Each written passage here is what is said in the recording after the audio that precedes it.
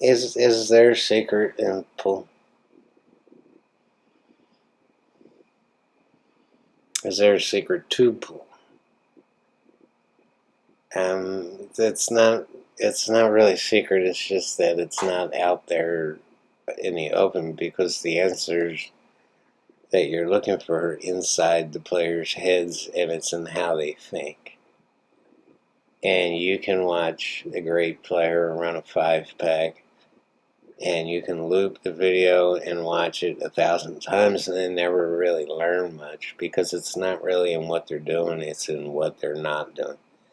And every player in the world who accomplished great things, it finally just dawned on them that it's not what they're doing, it's in what they're not doing. And it looks easy because they know how to keep it easy and to uncomplicate what seems to be complicated to you and me and everyone else. We tend to do things the hard way and the complicated way. And that results in moving the cue ball too much, and the more you move the cue ball, the higher your chances that you're going to get in trouble. It's not going to work out the way you wanted it to. So, yeah, I mean, unless you're Mike Siegel and you walk around the table talking to yourself and thinking out loud, and these players don't sit down with the fans and say, this is what I was thinking, this is why this looked easy, because this is how I made it easy. So from the beginning of making these videos, I wanted to fill that void, and that's why I do this. I wanted to show you inside the head of the pool player. And a lot of people say I make videos because I got old and I'm licking the jar. And no one's ever asked me for a refund, just like Paul Newman.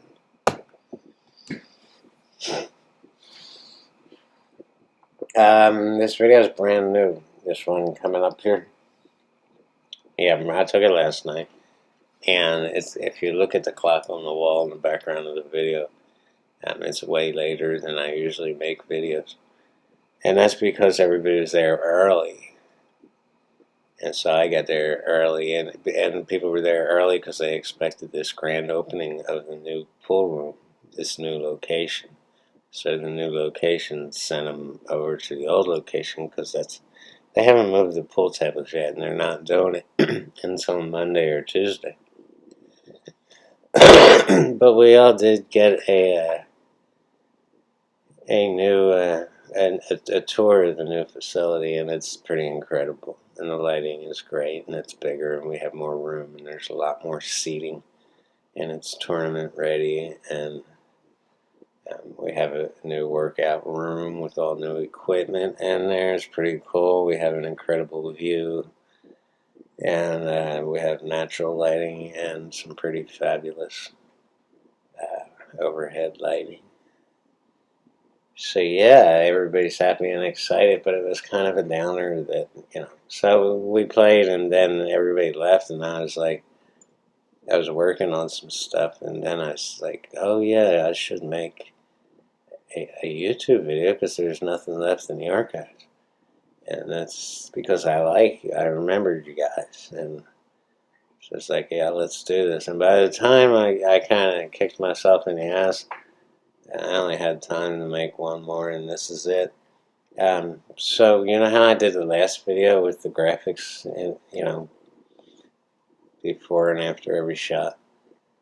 Well, I do the same thing, but I don't do a voiceover, because when you do voiceovers, you can't use the mouse and the pointer and stuff to explain what you're talking about. You have to use, you have to make lines on it. And that kind of just became the stupid hard way to do it. So now in this video, I can use the mouse to show you. You'll see what I'm talking about. That's it. I guess we should get on with this.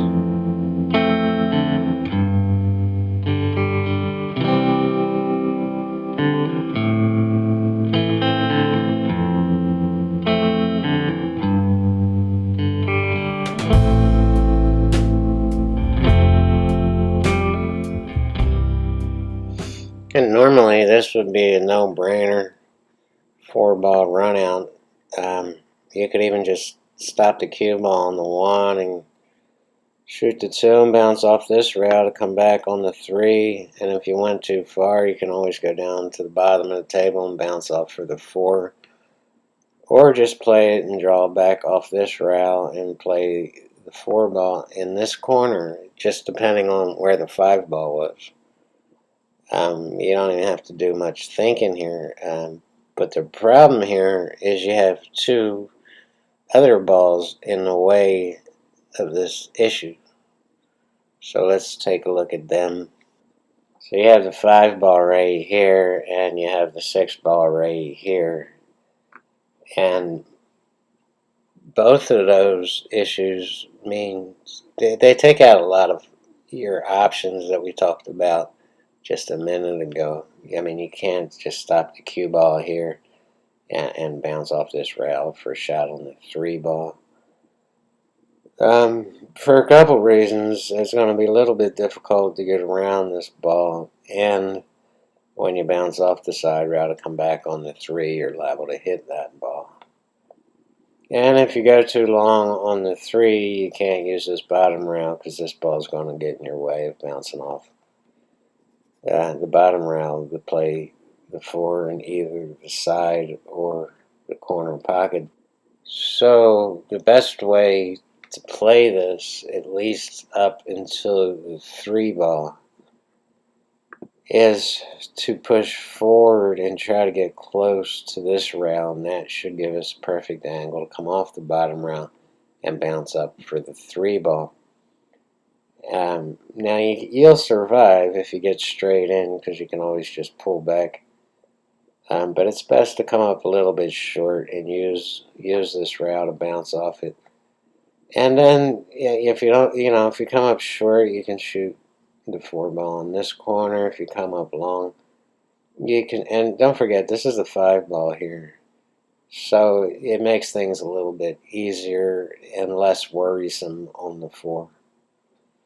All right, you with me so far?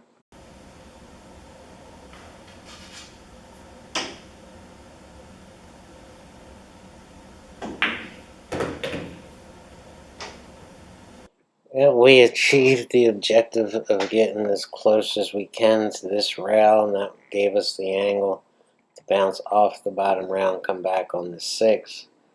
This allows us to go under the 5 and takes the 5 out of the game. But don't forget about this 6-ball here. It's still becoming a problem, although it's not a major problem. It's still a little bit in the game. So let's go ahead and proceed.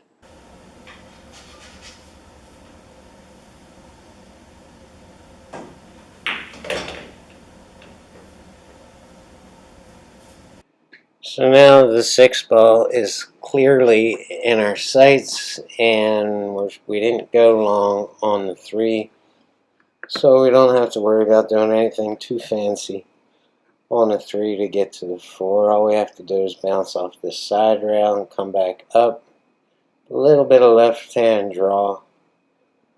But I decided to come up short on it and shoot the 4 down here because I determined it would be easier to get on the 5, and the 6 from there is straight in. So I didn't want to wind up going long. I didn't want to take the chance of going long on the 4 and going 3 rails back on the 5, because the more you move the cue ball, the more it can go wrong, and it can get a little bit messy. And you can get in an awkward position here. Like if you got where the cue ball is now to shoot the 4 in the side, you're going long and down table, and you're going to wind up with a hard shot. So I wanted to keep all those scenarios from happening and just keep it simple and have a bigger target with the corner pocket. So let's go ahead and watch the video.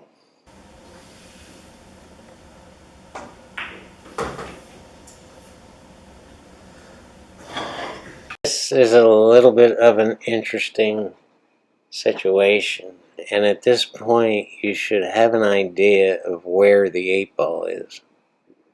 You don't have to drill it through your conscious mind and obsess on it. But it's about the third diamond up center table. And just know it's around here. And the reason you need to be semi-conscious of this is because of where this 7-ball is. And that's a bit of a funky position. And the whole reason that needs to be conscious is because how you're going to have to determine at some point how you're going to get from the 7 to the 8 and where you want to shoot the 8. And that's going to determine how you shoot this 4-ball, where you need to be on the 5, where you need to get to on the 7 or the 6 to get back on this 7 to get the right position on the 8. So it might get a little complicated here, but once you get past this, the rest of the rack should be pretty easy. Not incredibly easy, but relative to this, it should be easy. This could be considered the hump of the game. If you get through this hump, the rest is downhill.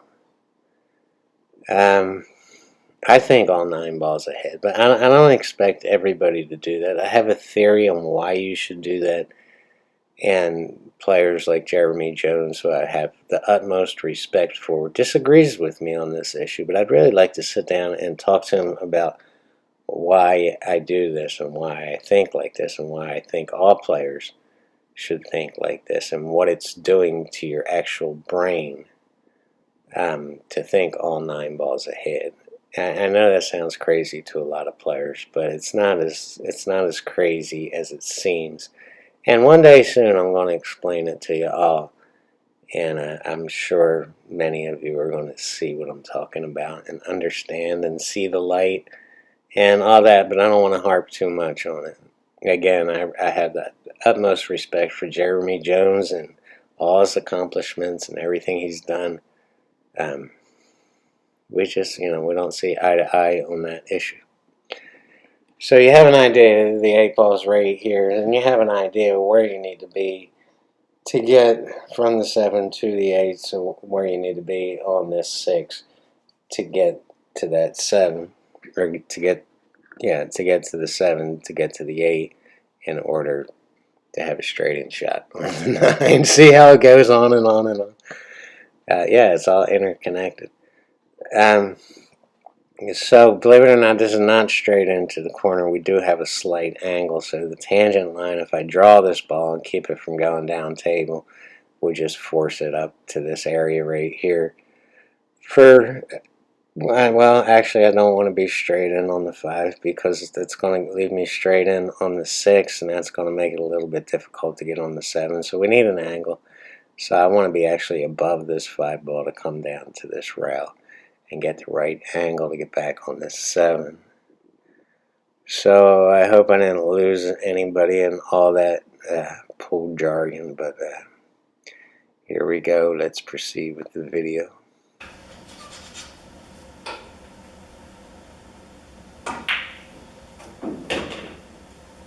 So now the 8-ball comes completely into the picture, and I have the right angle on the 5 to get to the position I want to be on the 6 to get to the 7, but I go too high and wind up somewhere around this position, which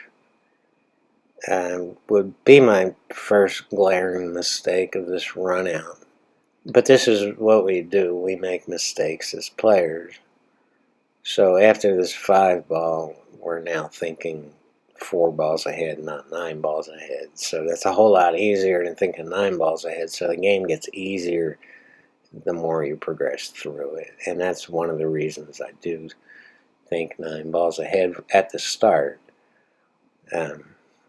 Anyway, enough harping on that.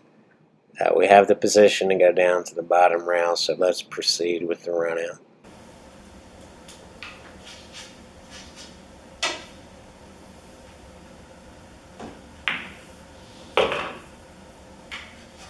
Now, there's a lot of reasons that going long on that 5 ball was a glaring mistake, and I want it to come up way shorter, yeah, to bounce off this rail and come back up over under the 8 ball. I wanted a wide angle here, like that.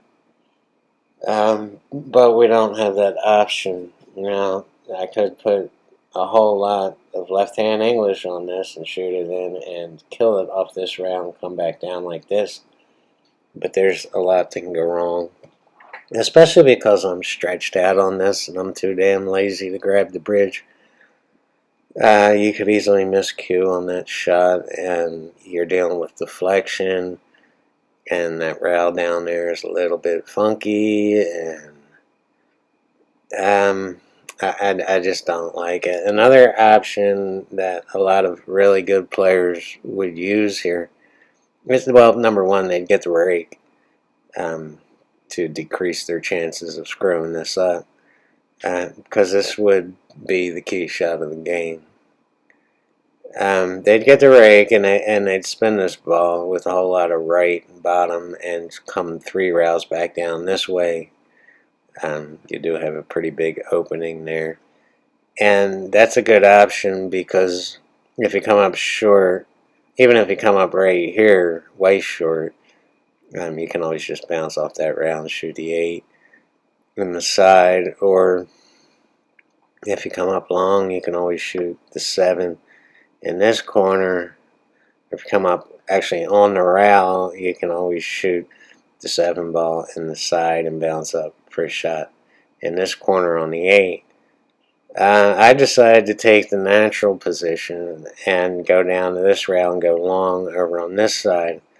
Now the problem with that is the 8 ball can easily get in your way, and if you try it, you're coming up on this angle here.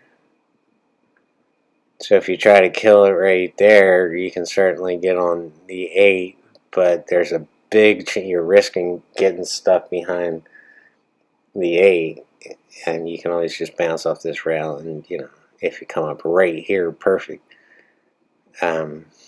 I don't like it. I decided to go long and keep on going with the cue ball to get in this doorway here on this side of the table, to just use more options and come up behind the 8 ball. I know that's not the best of plans, and it all boils down to being stupid and not getting a rake out. If I could do this all over, I would take the 3 rail option and spin this back behind this 7 ball. I think that just gives you so many options, especially if you're shooting a 7 in this corner. You can either roll up for a shot on the 8, or you can pull back and draw it back for a shot in the 8 and just go to this rail for this 9 ball shot. So okay, I goofed up on the key shot, of course, but it is what it is. Let's roll it.